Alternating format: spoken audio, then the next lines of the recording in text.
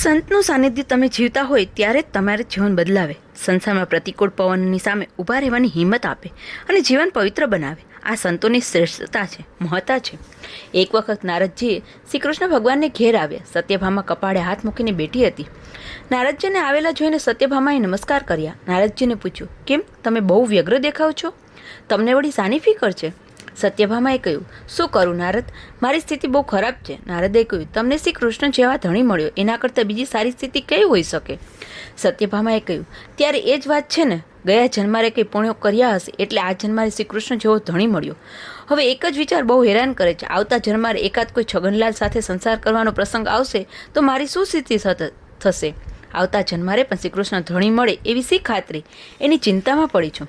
નારદે કહી, એવો પણ રોગ નથી કે આપણા વૈદિક શાસ્ત્રમાં જેની દવા નથી, અને એવા કોઈ કોયડો નથી કે જેને ધર્મશાસ્ત્રમાં જેની દવા ન હોય. તમને આવતા જન્મારે પણ શ્રી કૃષ્ણ ધણી મળે એ જ ને. ધર્મશાસ્ત્ર કહે છે કે વસ્તુ આપણને બીજા જન્મારે મળે એવી ઈચ્છા હોય તો તેનું દાન આ જન્મારે કરો, એટલે આવતા જન્મારે તે તમને ચોક્કસ મળે. તમને આવતા જન્મારે શ્રી કૃષ્ણ ધણી જોઈએ તો આ જન્મારે તેનું દાન કરો.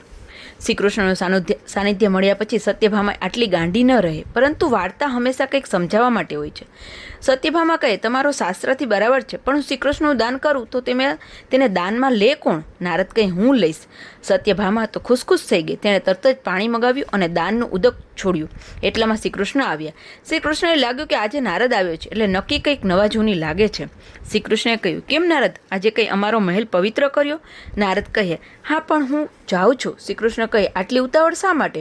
અહીં સુધી આવ્યા, અમારી સાથે વાતો નહીં કરવાના? નારદ કહે, ના, હું જાઉં છું અને તમે પણ મારી સાથે ચાલો.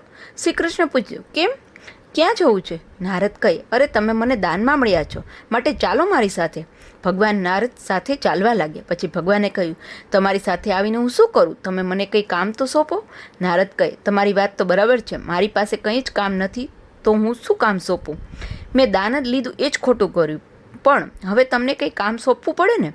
શ્રી કૃષ્ણએ ફરી કહ્યું, મને તમારું કંઈ ને કંઈ કામ સોંપો. એમ કરો, તમારી વીણા મને આપો, હું ઉપાડીશ. નારદ કહે, મારી વીણા તમને ના આપું, એના વગર મને ન ચાલે. એમ કરો, આ ચાકડી મારા પગમાં લાગે છે તો આ જ ચાકડી ઉપાડો ને. આપણને આવો પ્રસંગ આવે નહીં, કદાચ આવે તો છાપામાં જોડા બાંધી દઈએ, પછી ઉપાડીએ. પરંતુ શ્રી કૃષ્ણએ કહ્યું, ખબર છે. તેમણે નારદની ચાકડી ઉપાડી અને ચાલવા લાગ્યા. શા માટે? નારદની પદરજ પવિત્ર કરે એટલા માટે. કહેવાનું તાત્પર્ય એ છે કે સંત કેવળ ગંગાને પવિત્ર કરે એમ નહીં, તે પ્રભુને પણ પવિત્ર કરે.